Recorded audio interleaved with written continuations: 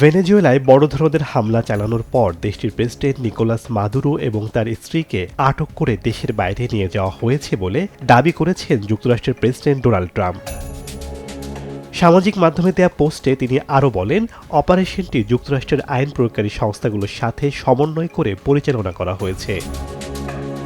এই ঘটনার পর আন্তর্জাতিক মহলে তীব্র প্রতিক্রিয়া দেখা দিয়েছে। বিশ্লেষকরা মনে করছেন, একটি সার্বভৌম রাষ্ট্রের প্রেসিডেন্টকে এভাবে আটক করে নিয়ে যাওয়া আন্তর্জাতিক আইনের চরম লঙ্ঘন। এখন প্রশ্ন হয়ে দাঁড়িয়েছে, মাদুরোর অবর্তমানে ভেনেজুয়েলার নিয়ন্ত্রণ কার হাতে থাকবে? এদিকে দেশটির সাধারণ মানুষের মধ্যে এই মুহূর্তে ব্যাপক আতঙ্ক বিরাজ করছে, যা একটি বড় ধরনের শরণার্থী সংকট তৈরি হতে পারে বলে আশঙ্কা করছেন বিশ্লেষকরা। শেখ সাদি মারজান, সময় সংবাদ।